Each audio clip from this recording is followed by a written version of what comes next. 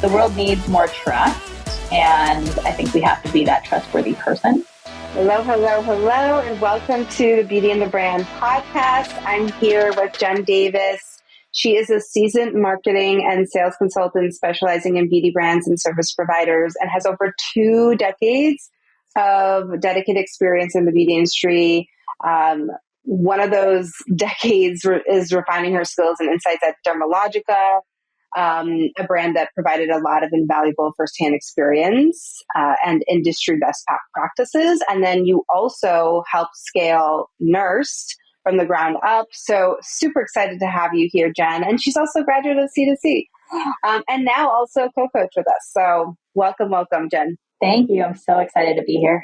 I cannot wait to dive in because you are such a seasoned pro. Like, you know your stuff. Like, you know what you're doing. You know your stuff. Like, even just the founders that I work with, that you work with as well, like, absolutely love you. So tell us, like, how you got on this journey in the beauty industry from your time at Dermalogica to growing Nurst to 6 figures in under a year. Can you tell us what initially sparked your passion for beauty?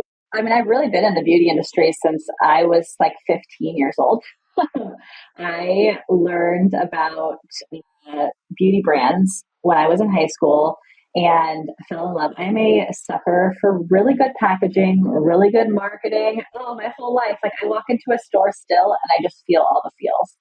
And so that's what started it. And, when you're a teenager, of course, like skincare and makeup, it's exciting. So I started my career working at a high-end beauty supply. It's like a beauty boutique in Long Beach, California. It was before Sephora made its way here. And so we were like the Sephora of the time. And that's how I fell in love. And I am a licensed skin therapist as well. And so I really always knew that I wanted to be on the business side of beauty. Always was going to be doing business. And I went to esthetician school to learn the inside and out. Like, I wanted to understand both the professional and the consumer. And so I did that and worked as an esthetician through college while I got a business degree. And then there is when I went to Dermalogica. Now, my whole career has flowed. I really believe in flow and timing because none of the things that I'm doing were actually planned. It just happens, right? Like, you do the right things, you work hard, and life just flows. As long as you're being honest, you're doing the right things, I feel like life just can flow the way that it's supposed to. And Dermalogica, I wanted to do, so at the time I was really into still am, holistic health and nutrition. And I saw an open space for that within the beauty industry. Like, I want to go teach. So I'm very close to Dermalogica corporate. I knew all of the people who worked at corporate because of many reasons. But so I networked into it, and I just walked into the office because it's open door policy at Dermalogica one day and said, "Hey, Annette," she was the head of education at the time for the UX. It was global education. And I'm like, "I want to teach classes with you. I want to teach about like holistic nutrition." And she's like, "Well, we don't have any openings, but like, let's talk more." And then she's like, "I think you'd actually be better in sales, like in our sales department." And I'm like, "I don't want to do sales. Like, I am not a salesperson. Like, that's not what I wanted." But at the time, I'm like, you know what? I'm open to anything. Like, I just wanted to, I knew I wanted to be there. The culture of the business. It's always the brand's cultures that really get you in the end, right? Like, the packaging is part of the culture.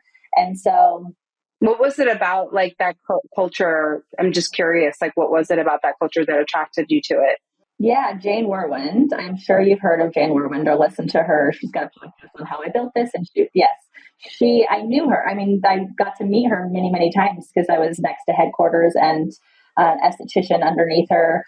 And so she loved women, and she was all about giving women a chance to own their own businesses. And she just had this passion for supporting women, and it just trickled in. Everybody just supported each other and was so loving.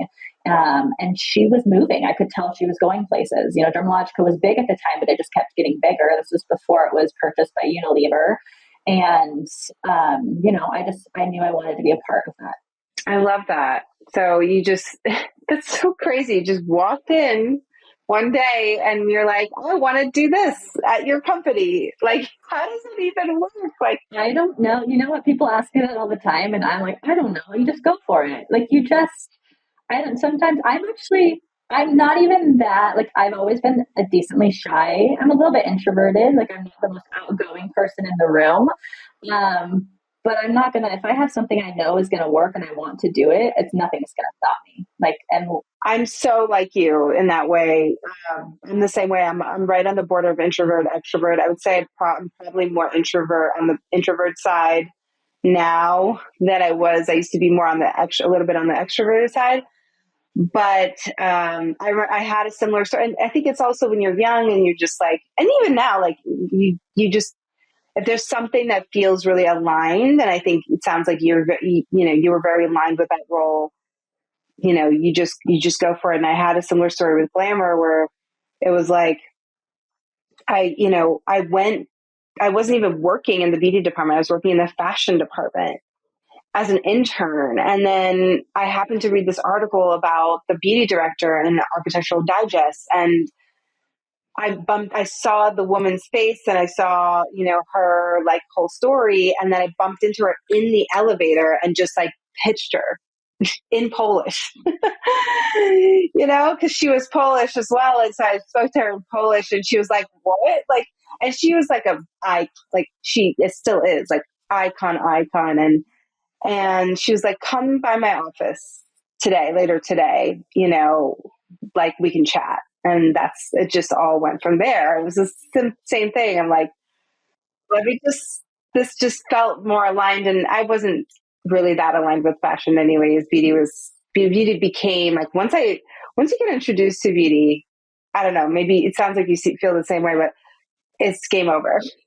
it is. And I have tried the fashion industry and the interior design industry, and I can't give up beauty. I can't do it.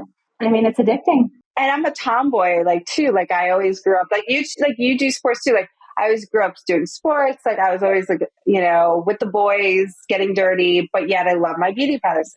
I love like just I don't know. It's so weird. I love it, but I'm glad you do too. And tell me more about like you 2 decades of experience plus. What are the biggest lessons that you've learned that still guide you today? Yeah, I think in the end, really, it's honesty. Like honesty, being the trustworthy person in the room has been so beneficial to me. I mean, be kind, be honest.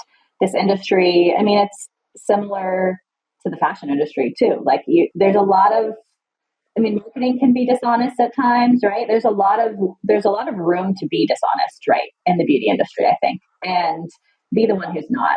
Be the one who's honest. Be the one who's kind. Be the one who's telling the truth and leading that with passion and compassion at the same time.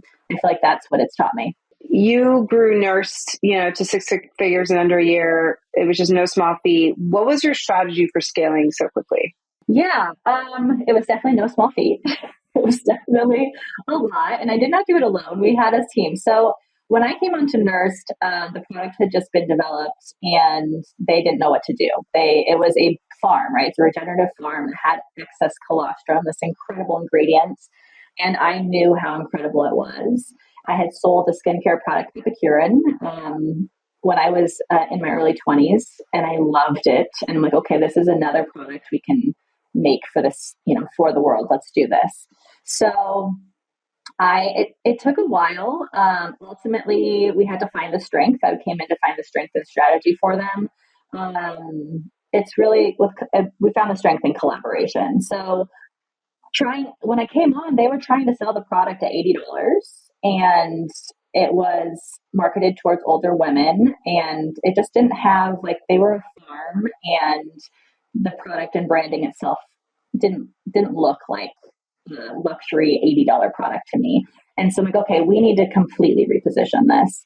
So really my strategy was figuring out what their strength was, and that was collaboration. They knew people, and how we can use those people to grow. And it took time. I mean, we tried a whole bunch of different influencers, but ultimately I figured out, like, okay, you have this connection. How do we use that connection and lead to another one? So it was just the strategy in the end was figuring out what their strength was and running with it. I love that. And you know, one of the things that I so love about how you work and what you do, and I think it really is based off of this value that you have around honesty, is building relationships and building community and partnerships.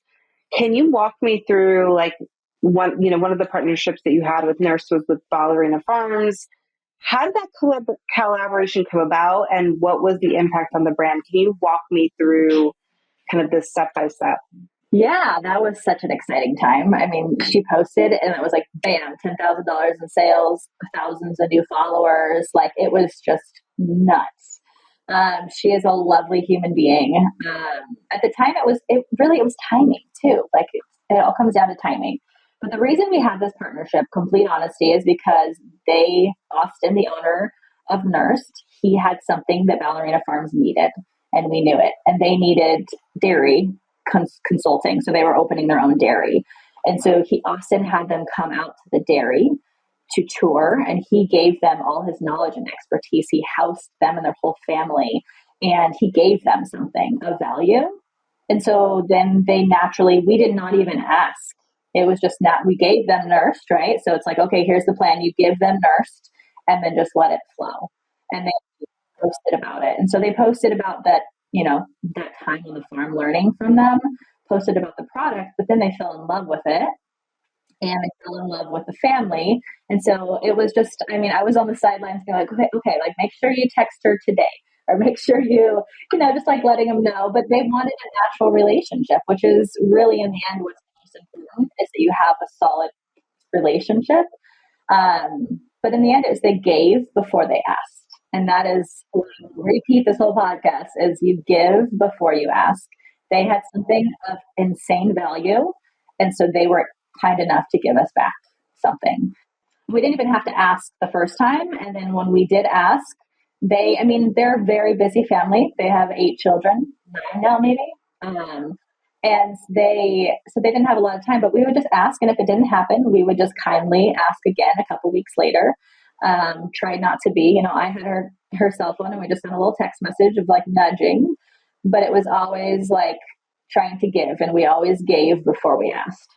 I think that's so, so important because when you're coming from the energy of like, I want to get something out of this, it feels so like icky and like hard sellish and like, what can I get? Yeah, it's like hard pitching and what can I do to get, like, I need this thing. And it's like, well, what did you give for that thing? Like, what did you like? Yeah, absolutely. And to your credit, I think, yes, there was that relationship, but I think it was your understanding on how to foster and nurture that relationship that ultimately led to that more defined partnership where you did that like giveaway thing. Can you talk us through that? Like, what was that process like? Yeah. And the other thing is, like, we were also prepared to work with someone of that size. Like, I made sure the back end was ready. And we had one time when the website, I had emailed our website host and said, hey, we're going to have an increase of traffic tomorrow. Please make sure it's ready. And he didn't realize that we were going to have an increase of like 10,000, and he only had it ready for like 2,000 more people, and it crashed and it sucked. It sucked. It was like, wow, we just lost $5,000 in sales. Thankfully, we got it up, within an hour, and it was there. But you have to be ready. You have to be ready for the influx, because I don't think people realize too that websites like your domain isn't necessarily prepared to host that many people. And that's why things crash. And so it's like making sure that your website can handle it, that your fulfillment team is ready, that you have the products. Like, we had to make sure before we asked anything that we were prepared on the back end. So that's really like, that was my biggest piece, is being proud that I was prepared for at least the very first time. I thought I was prepared on some of the others. But then once we had all those new followers, so every time she would post, we would have 3,000, 4,000 new followers. And so it's like, okay, now how do we nurture? What do we do with these followers? If they were of any influence, if they had a following and were public, we would reach out and DM them. We had a lot of people, it was every day I was on that platform talking to people. So they got private messages, private codes for discounts. And then we did a giveaway immediately saying, okay, hello, everybody who's new here.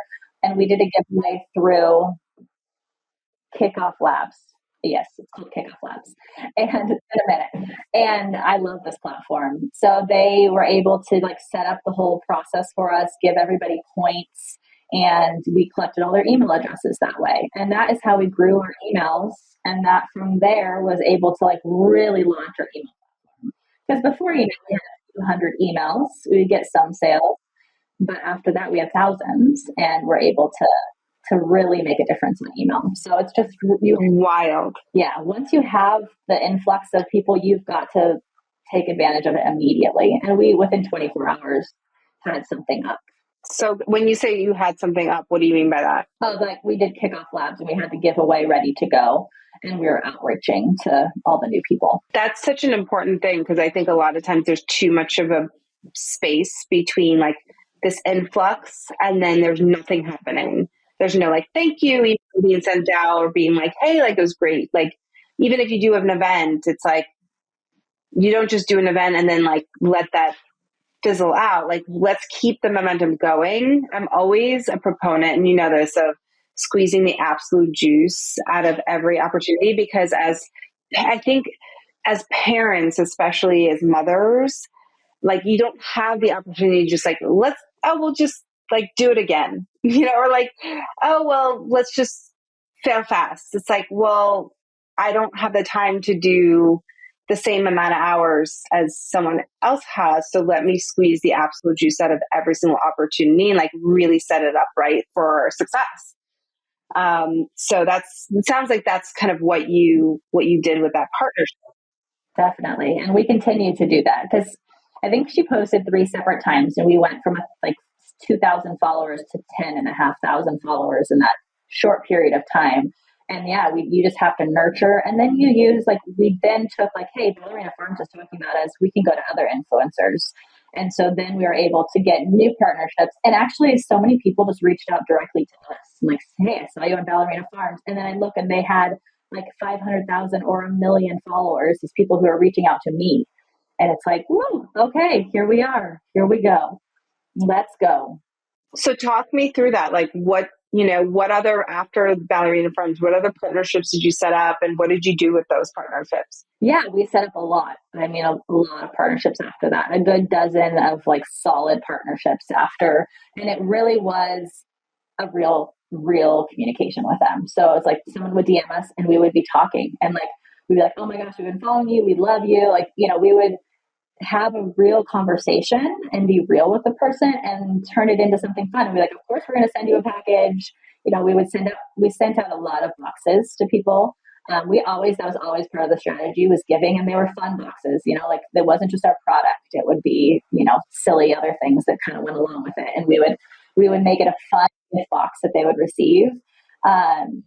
And we never asked. We just said, we would give. And then if they didn't post, then we'd be like, hey, we would nudge, but we didn't ask at first. We just, and then we had one other influencer reach out to us who had, I think, 2 million followers at the time, but it was an agency, right? You had to work through an agency to work with them.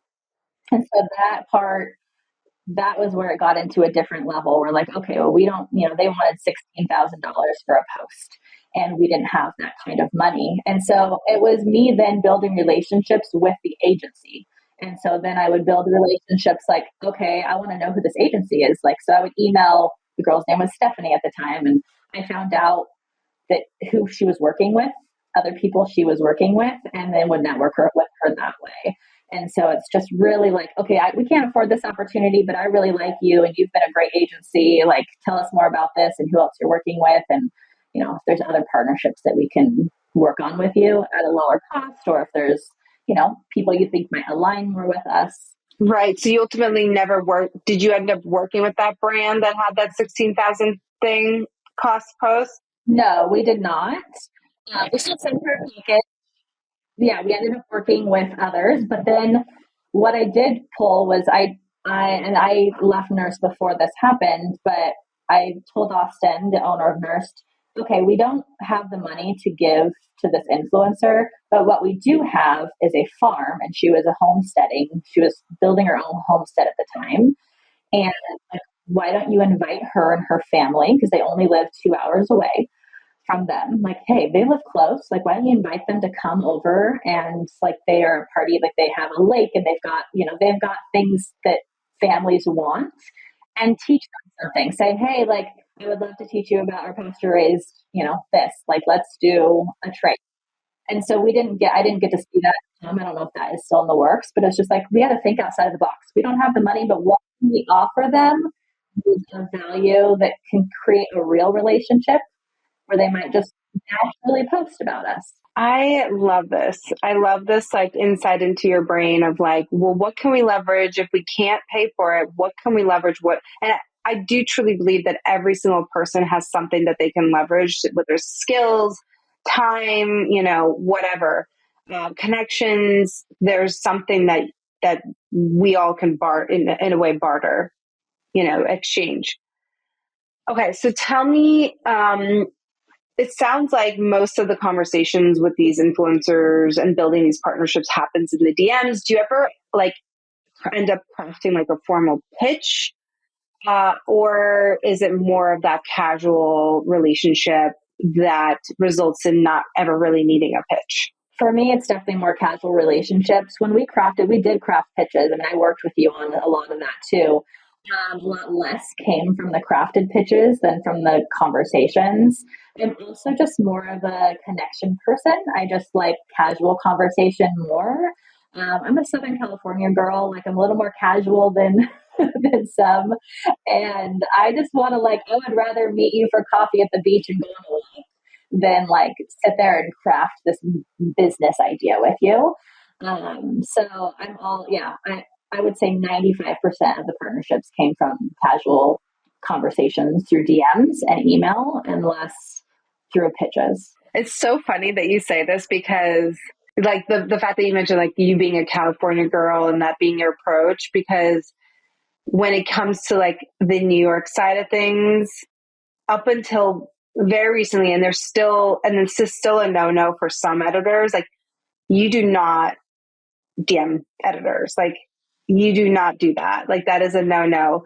Maybe there's a handful that are fine with it, but it's still like you send a formal pitch, to media, um, to like, national news or national media.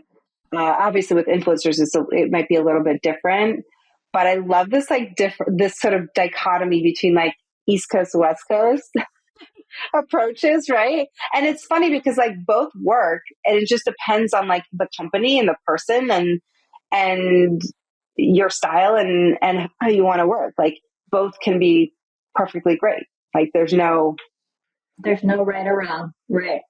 Yes, it just what works for you, and what you're most comfortable with is what you're going to be the most successful with. 100%. 100%. And it's funny, like I remember like the publicist who I ended up learning a lot from, she's like, make sure you never DM. Like you have to like send this formal email pitch. Now it's I feel like there's a little bit more flexibility. Yeah. And when it came to like PR and things, I did do a few, like, cause I just went to the office of the girl and asked for a job at Dermalogica. I would do a lot of stalking. Like, I just called it my professional stalking career, where I was on LinkedIn and like, okay, what can I type in to find the person who's in charge of this or that? And I would just DM them on LinkedIn or find their email. Like, you got to get creative. The internet's full of information. Use it. Yeah, 100%. Just like take the initiative is really what the ultimate lesson here is.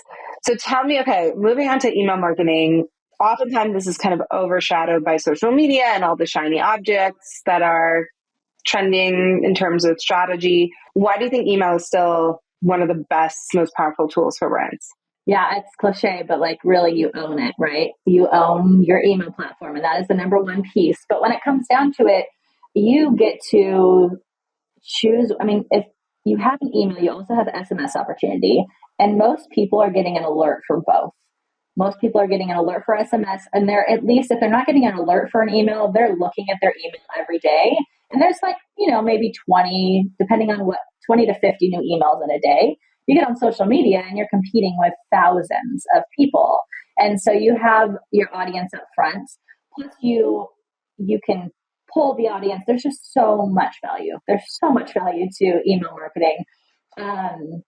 You can pull, you can get feedback, you see who's actually clicking and what they're clicking on, you find out their interests. Like you can find so much more data through email marketing that you can apply to other parts of your business. 100%. And from individual emails too, like you could see the individual emails and understand like how they're like analyze their behavior versus with social, like, yes, you're getting insights, but they're more sort of wide reaching insights. You don't know like the individual people that are clicking on stuff unless it's like, of course, like you could see, stories, for example. Yeah, but it's a little different with email marketing because it's like you put so much into it and you can see exactly what caught their eye. And instead of like on a story, you have just a click on the whole story and not just on this individual piece. Absolutely. So what are like some approaches that you've used for building those relationships through email? Like, are there any specific sort of tactics or campaigns that you have that have worked really well for you, for Nurst, or for your clients? Yeah, I mean, really, it comes down to consistency. You got to stay consistent. I'm a firm believer in 2 emails a week. You've got to be consistent on there, and you've got to, again, be giving. You've got to be giving before you're asking. So you have to make sure you're nurturing this audience. So my biggest strategy is showing up and giving quality content. So you don't have to send an email to send an email, but you need to make sure that you have 2 emails with things like, let's say, for example, this week, we just had sales, right? We just have been asking for money for the last couple of months. So going into January, now it's time to give. And so like with one of my clients right now, we're giving them a recipe and we're giving them like a template for something. And that's our emails this week is just giving. And then we'll ask for something else next week. But you need to at least give twice before you ask for something. And every email needs to have a chance for sale, right? There needs to be some kind of a call to action for a sale. Ultimately, everybody knows that that's what you're emailing them for. But for them to stay on your list, you've got to be giving quality. So your consistency and giving. And what do you do about visual, like making campaigns like visually attractive? Are you using Canva? Are you, building newsletter templates from scratch? Like, what do you typically do to make it as easy and fast as possible to create a campaign or just even a nurture email that looks beautiful, but isn't too much of a heavy lift? Yes. Wow, man, have we been through so I want to tell you about my email journey really quick. When I first started with Nurst, I was like, we're not emailing. Email's annoying. Like, we're not going to do this right now. Like, I don't want all these pop-ups. Like, we're just going to like just collect their emails through sales and just have a small email chain.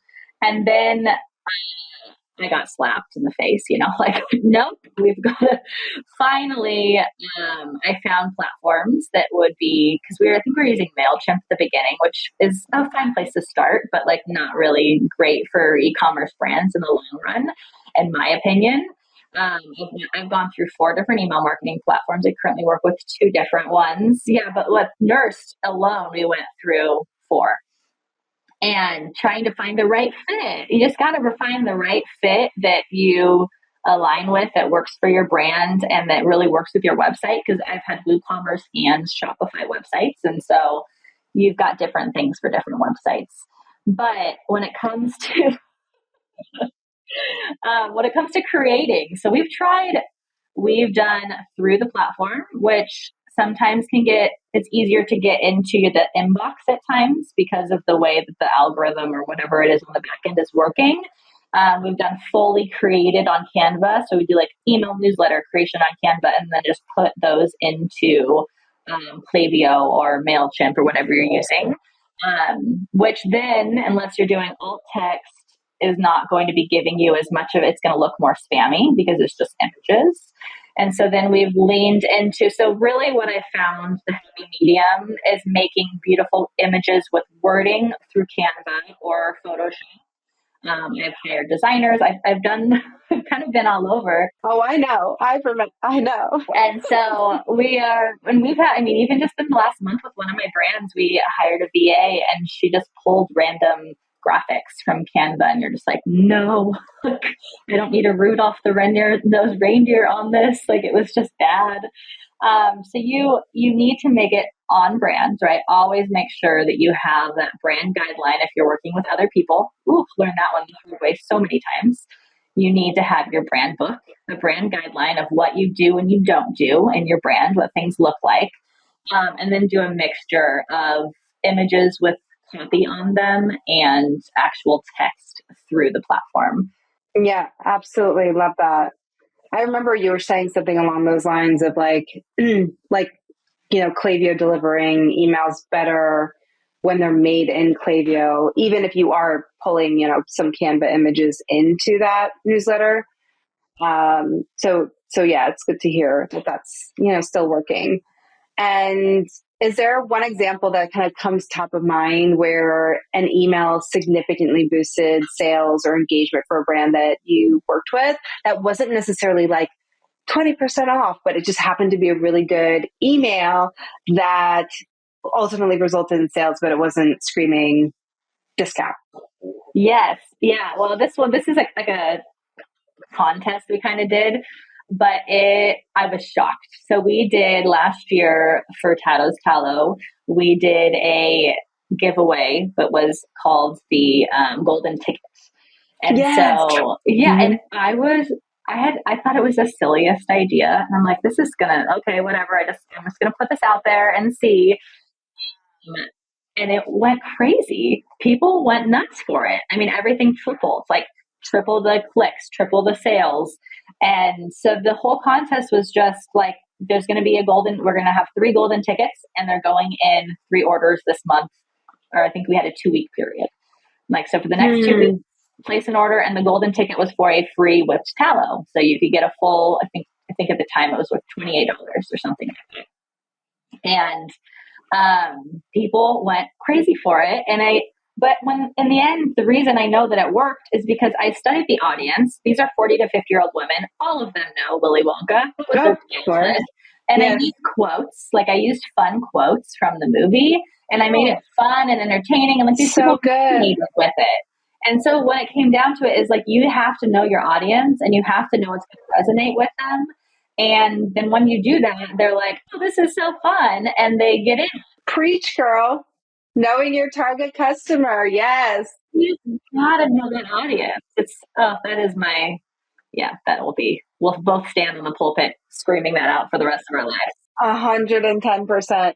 It's funny, not to go off on a tangent, but I was talking, I overheard my son this morning at breakfast saying that he wanted to work at mommy's business.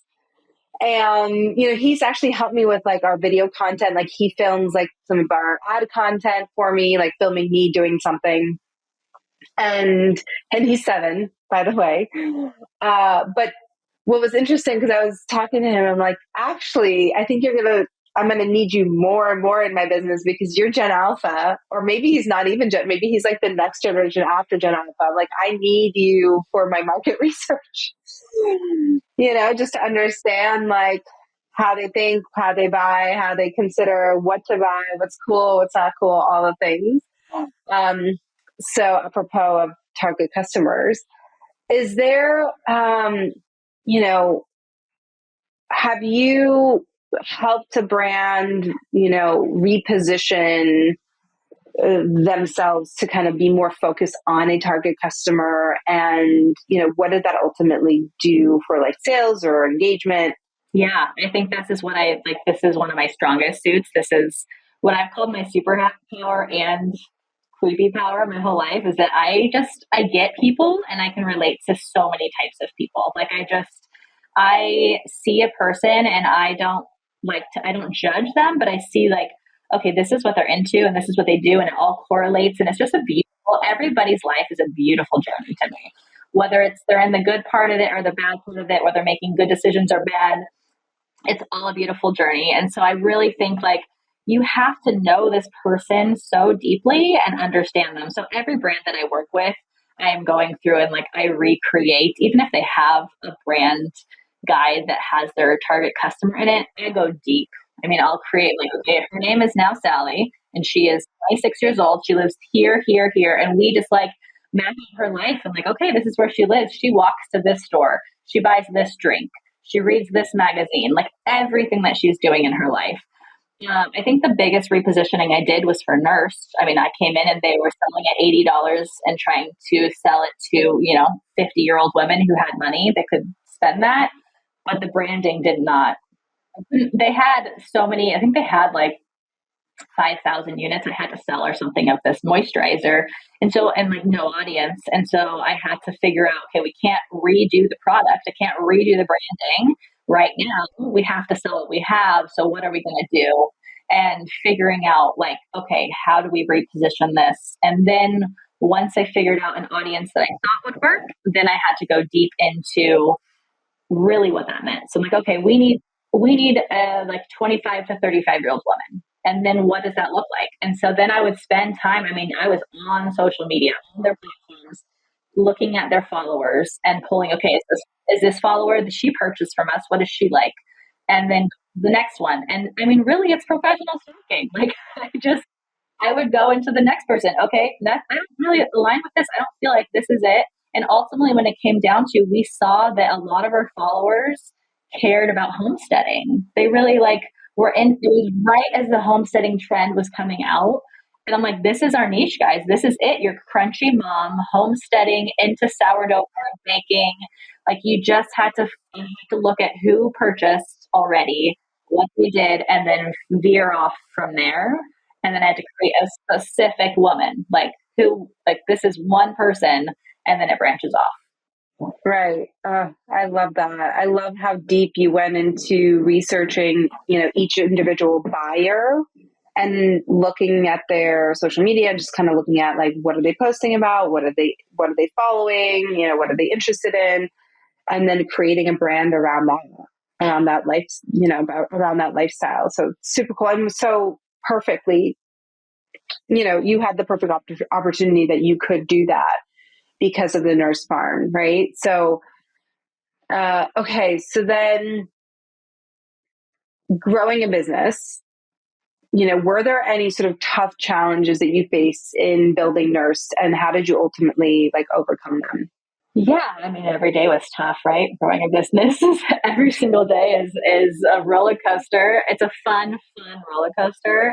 But I think honestly, the hardest thing for me was when relationships went bad. When you're a person who is built on relationships, and I get along with 90% of people, I just love people.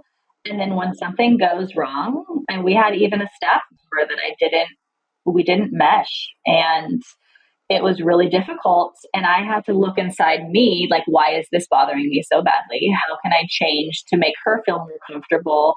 And so it's really like, no matter what, if it's yourself alone in a business, you still have customers that you need to communicate with. You're going to have a bad relationship. There's no way to please everybody. I mean, that's just part of life, right? You can never please everyone. Otherwise, you're sacrificing your own boundaries, right? Like if you were making everyone happy, then at some point you are sacrificing your own happiness, right? In making that other person happy. So yeah, 100%. Yeah. But I mean, I also thought I learned from it because I'm like, I need to listen to what this person is saying to me. Like, yes, I feel like they're completely in the wrong and I don't agree with them, but they have feelings and they have a reason for feeling this. And so listening to what the feedback was and seeing how I could change to still keep within my boundaries, but potentially like, okay, she's got to be right in some of these points, right? Like, there's got to be something in here. And so it's just as a founder of a business or a CEO or an owner, whatever you are in your business, you have to listen to people even when it hurts and make changes that will help you become better. And it's really like in those hardest moments, you've got to think like, okay, what can I change in me to make this better? Because that's all the only person we can change is ourselves. And it's always good to, at first, like, you know, you might get defensive at first, but if you really allow in that feedback or that, perspective, I think you can analyze it against sort of your values and be like, okay, does this merit? Is there merit here? And it's also just valuable to hear it and hear the feedback, because even if it's not, even if you don't fully agree with it or make any choices to show agreement with it, at least in the listening and the taking it in, you can kind of look at how other people are thinking and viewing things that may ultimately down the road have an impact in how you do things. So Yeah, this happened once when I was doing a giveaway too. I had met all about the networking, and I had met people in person who two different companies that had like a sleep idea. Like they're both trying to target sleep health. And so I'm like, okay, like we have a lavender product. Let's try to like network this together. And so I thought that I had done a good job putting this giveaway together, that it was understandable. And in the end, like it wasn't a great, like they did not do the things I asked, and they didn't, it ended up being just a sticky situation. But ultimately I'm like, okay, what can I learn from this? What did I do wrong? What could I have done differently in this giveaway to have made these relationships better, so that we come out of this, everybody's winning? And then what can I do now to make sure that I don't lose these relationships? Because even if I never plan to work with them again because they weren't great to work with, I still want them to have a positive experience and leave them with a good taste. So it's just like having to respond to them afterwards and sending an email saying, thank you for this opportunity. Like, please send me any feedback. Like, let's work together to make sure that we both don't have this experience again. right, I love that. That's so beautiful. That's a nice way to kind of tie things up without just being like, F you. This industry is so small. The world is small, and we've got to make sure that we are kind and honest to the people around us. Otherwise, we're going to have a heck of a time being in business. Yeah. And it's interesting to see over the last 7 years, the people who understand that and the people who burn bridges and how that may impact them down the road. Uh, but I feel like the lesson that you're sharing right now, I didn't fully understand that until I was like later into my probably late 20s, early 30s. Like it came with time. When I was in my 20s, I remember having a former colleague of mine tell me that I had said something to my boss that was just like outrageous. And I'm like, what was I thinking? What was I thinking to say something like that? I had never had a good relationship with that particular boss, and many people didn't. She was very, very challenging, very difficult. But to your point, like it doesn't mean you have to take it there. You can, feel that it is you may not like that person, but doesn't mean that you necessarily make it known. As I like, and it was just interesting. I was like 23, at the time, and I was just this young, spunky, saucy, something year old. And man, I'm like, now that I'm like, in my late 30s, and I'm just like, I know better. I do better. I know better. Yes, yes. And the things that you said haunt you. Okay, so tell me, how do you balance? Because I know you're metrics driven, but you're also creative. So how do you balance metrics with creativity or data with creativity when you're creating marketing strategies that are focused on sales? Yeah, I would say I'm a creative wannabe. I've wanted to be a creative my whole life. Like I want to be an art. I want to be able to create beautiful things, but I don't have, my gift is not fully there. It's a little bit. I've got some creative talent, but it's not fully there. And so the business, the metrics, all of it tied together is where the strength comes. And I think that I have to make sure I'm doing a little bit of both every day. I think I look at numbers probably too often. I like numbers give me so much excitement or give me motivation. I mean, I was in sales for 9 years, and while I took a different approach to sales, more creative business consulting driven approach to sales, I still it was still sales. And so data is going to tell you so much. So I look at numbers every day for all of my brands. Every day. Something can be found in those numbers.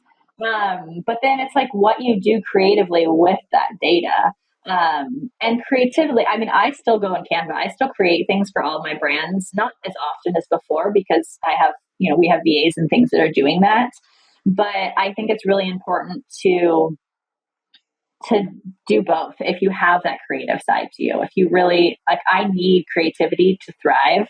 So I make sure that every single day I do something creative and something data driven, because it balances me and helps me feel like, okay, I accomplished and I just feel good about what I'm doing. So whether that is creating something on Canva or just coming up with a fun campaign, I spend time every day thinking about, like, usually it's on walks. I'm a big walker. I walk almost every day. My husband makes fun of it. Today I tried rucking. Have you ever done that with like a weighted vest? No, tell me more.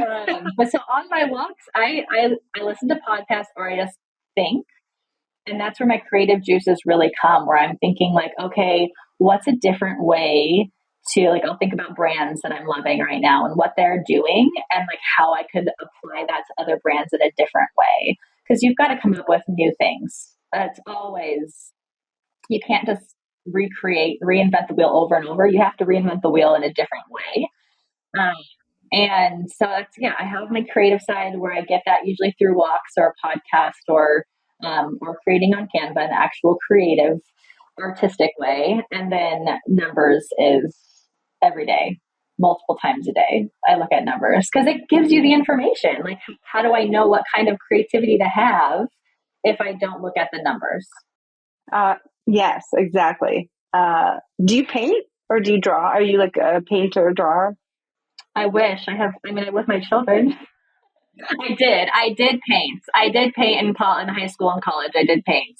I was a dancer. I grew up being a dancer, so I danced for 15 years. So that's where your artistic spirit comes from. Yes, yeah, and I just love art. I'm a huge appreciator of art, and I wish I could afford to have my house decked out and all of it. But yeah, I tell myself that I was meant to be the enjoyer of art, not the creator of it. Like I'm the one who's showing the artist the love and appreciation because I'm just not quite skilled.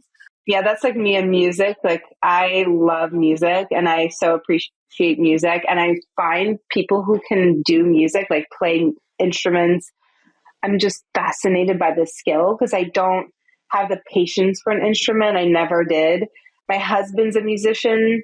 And he doesn't do that for a living now anymore, but he still plays guitar and he even like will play in a jam band with my dad, who's also plays guitar, and they sing and all the things. And I just find like his like ability to just, he'll look at a sheet of music and just play it. I'm like, I don't understand that skill. Like, how do you do that? Or he can write lyrics in a minute, like a whole song lyrics in a minute. I'm like, this is a skill I just don't have that I find so much appreciation for, because it's so foreign to me. But I think my version of creativity is definitely the writing, like the writing flows. And when I have a chance to write, that just brings me so much joy. Like if I can write, weirdly enough, maybe for some, but not for me, I love writing like email newsletters. I love putting those together and having the time to create those, or like even the podcast interview questions and just really thinking about the person that I'm going to be interviewing and how we can really bring out what I know that makes them shine. That gets my creative juices going. So It's such a skill. You have such a skill there, and I'm so grateful for you and for Michelle and other people who, I don't have that writing skill as much. It's come because I've had to, like, write for so many brands now. But I am so grateful for AI being able to correct me, and I'll just type in like, "This is what I'm trying to say. Help me say this," because I feel like I can come across a little more rude in writing than in person. I don't know. It's just so I'd like to make sure that, that's your writing style. I find that like I'm too like esoteric, or like it's too like the language is sometimes too like PhD-ish apparently, because I put it into like this app and it tells me like, you need to simplify this significantly. So, but sometimes I'll just send it that way and we'll see if people like it. Sometimes people do like it. I don't know. Yeah, I mean, if your audience can resonate with that, I mean, you don't always have to write in a fourth grade way. We don't all need that. Right. Exactly. Okay. So tell me more about like, if you could give, knowing that you've not only been the CMO of a brand, but you've also, you work with founders, you worked at large, Dermalogica, large corporations, but also, small scale brands. What advice would you give to aspiring beauty founders who are maybe trying to get started or to break through the noise? Yeah, I really think it comes down to that be that trustworthy person that you need, be honest, and kindness and honesty are going to take you so far. I just think that the world needs more trust, and I think we have to be that trustworthy person. And trying to think if there's anything else. Like, I mean, obviously, just like put yourself into it. And when it comes down to it, hard work, determination, thinking outside of the box, and being that trustworthy person are really what it takes. You just have to keep going and be consistent, not giving up, because you can create something beautiful, but if you're not like authentically working on it every day and working that hard on it, or you're not working smartly enough on it, it can just, it can go drive it into a ditch real fast. And we're all going to make mistakes. That's the other big thing is like, I made so many mistakes with Nurst, and hindsight is 2020 looking back. Like, I wish I would not have started ads when I did, but I did. But I learned that mistake and it wasn't all bad. And it's like looking at the good and the bad in everything that you create and everything you do and learning from it. But just because you have a couple really big mistakes doesn't mean that it's time to Throw the throw it in. towel. No. Yeah. 100%. Yeah. But Keep and going. I think that if you can, look at it as a part of the learning journey, and when I make a bigger mistake or I go over a hump, I always I don't want to say always, because it's not like it always can come easily, but once I kind of can meditate on it and I will look at it and I'll say, well, this challenge came at this moment so that it pivots me to the next evolution of my business. So like, if I hadn't had that challenge, it wouldn't have evolved the business forward. It would have stayed stagnant and the same, right? So in a way, like even if it was on you and you created a challenge, it was in the challenge happening that you learn what you want the business to be or what you don't want it to be. Completely. Yes, 100% agree. It made complete sense. And I think that's, it's a hard lesson that everyone has to learn, but we have to look back. It's just life, right? We have to look back on all of our mistakes and learn from them and be humble enough to say, I made that mistake and that sucked, but I'm going to be better now. And one big thing that I just thought of, taking breaks. You taught me this, and it is because when I did C2C with you, so with Nurst, I had a baby, moved across the country, and was running a full time business. And this was my second child. It was rough.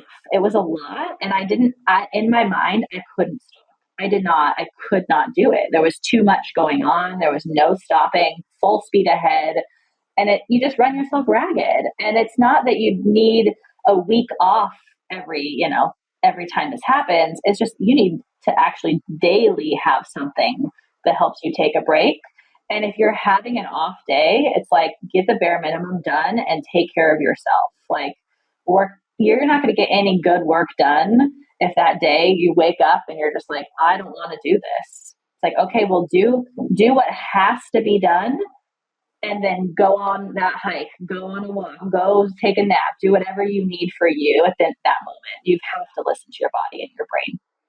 And for those people who have a hard time, like you and I, to do that, and those of you who are listening, what was interesting is, and my husband encouraged this for me too. He's like, when I took the break over the holiday break and I kind of took social media off my phone and just really kind of took time to rest and rest and kind of go slower.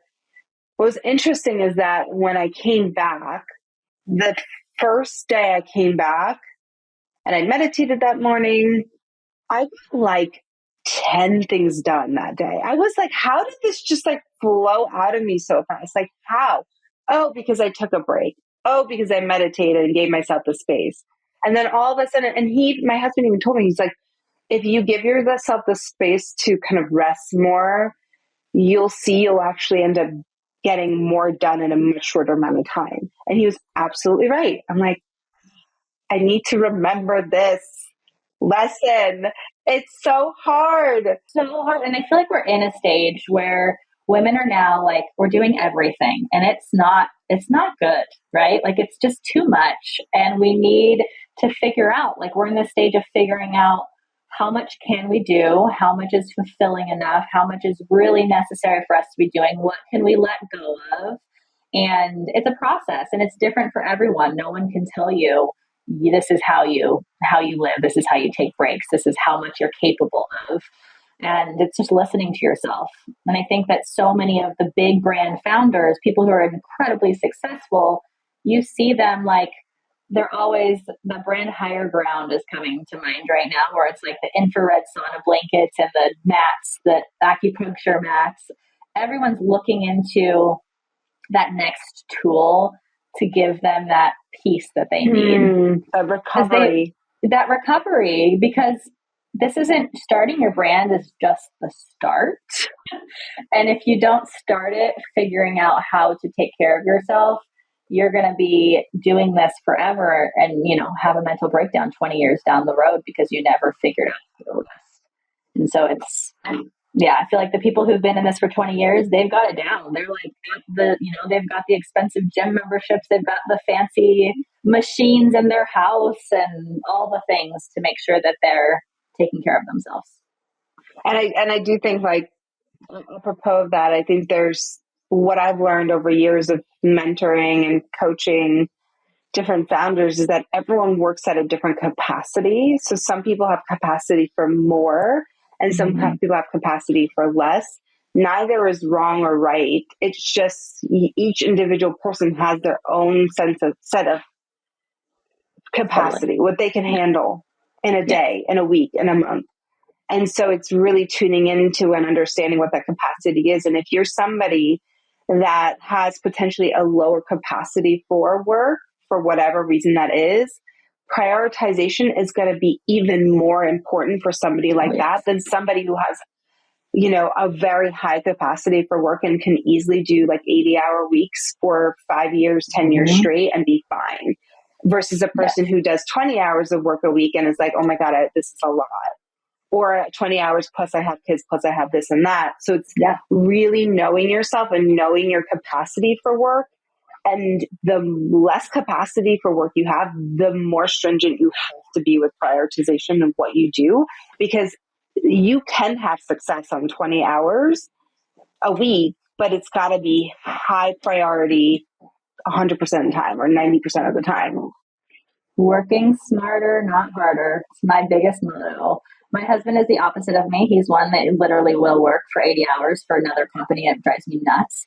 But that's how he can do it. He can just keep going. It doesn't bother him just to work until 11 p.m. where I'm just like, no, like I have to be me still. And like, I still need time for myself. And I think, working smarter, not harder is always my motto. It just takes a minute to get there. Like you do have to work. You have to work hard and figure out what is smarter. Yes. But once you've figured out a smarter plan, you just have to assess trial and error, but you have to assess. It's like the data, right? Like you've got to stop. Yeah. The data tells you everything. And then it's not getting veered off course because I'm totally, I've definitely been there myself where I've, you get excited by an opportunity or something is just shiny and it's just fun and different. It looks like an opportunity. It poses as an opportunity, but it's actually derailment. it's actually trying to get in your way of doing the plan. So it's like, set the plan, do the plan, set the plan, do the plan. I'm always trying to get my founders, once we set the plan, to just do the plan. And if they do the plan, they will succeed and they'll be the ones that grow the fastest. But the ones that get derailed, like maybe you get derailed 10% of the time, then you'll still have the growth, but maybe it won't be as fast as the person who didn't get derailed by the 10%. But if someone's getting derailed every month, like adding up to 80% derailment off course, the growth won't happen. It just won't happen. So yeah, so you get it. And I wanted to ask you a follow-up question to something you said. Actually, you said, you know, you mentioned about, business owners who break through. How did Dermalogica break through? Because I believe they were self-funded to a certain period of time, if not all. That's incredible. How did they break through? What do you feel is the reason that they broke through? Oh, she has a book. Jane is incredible. She's such an incredible human. She has a book and a bunch of podcasts about this, but she really, she knew the niche. And then it was, really, I think I learned so much from her because, she figured out the whole, what happened was she was a licensed esthetician that came over from the UK where their training is years and it's 6 months here. And she saw that like nobody was actually really trained, and she saw that there was a need for education. Her husband was selling aesthetics equipment, and so she offered free classes. And then she met people, and then she asked them what their needs were, got to know them, and then started teaching them. And then she saw the holes from teaching and asked, it's asking questions. It's getting in there. It's really like she got in there and figured it out what they really needed. She asked everybody questions. She was not afraid to give and to ask. And that's really what I think it is like that was her whole trajectory, is giving and asking. And she gave, she still gives today. But she knew how to make things happen as well. She really did. But she really just asked questions and applied them and wasn't afraid. She was not afraid to do something different than what was out there, because there was nothing like Dermalogica at the time. Like they were really one of the first like clean beauty brands, because everything was lanolin and mineral oil at the time. And so she did something different, asked questions. There's always feedback there. She was getting feedback at all times and working with people. It was always about the people. Relationships were huge for her. So That's fantastic. I love that. And I loved her book too, but I was curious to know from an insider like yourself what you thought the breakthrough was. Are there any tools or platforms or techniques that you're particularly excited about right now in marketing and sales? Right now, I'm really trying not to get distracted by all of it. There is so much out there. One thing I did find in the last 6 months that is not that new, but Notion is my new, it's been the last 6 months. It's been fantastic. I tried so many different organization platforms and landed on Notion. It's been really good for collaboration. So I've really enjoyed Notion. But no, chat is my best friend. Give me some chat GPT and some Notion. And that's really what I am working with on a daily basis. And are you seeing that's anything with your brands that you work with? Is there anything that you're seeing, wow, this is really working for them right now? Right now, really, I think that relationships will never die. And that is what always works the best. When it comes to, I'm trying to think with the brands at the very moment, if there's anything specific that is making it work. But I really think that consistency in relationships is the only reason that all of them are fully taking off at the moment. Email marketing. And email marketing.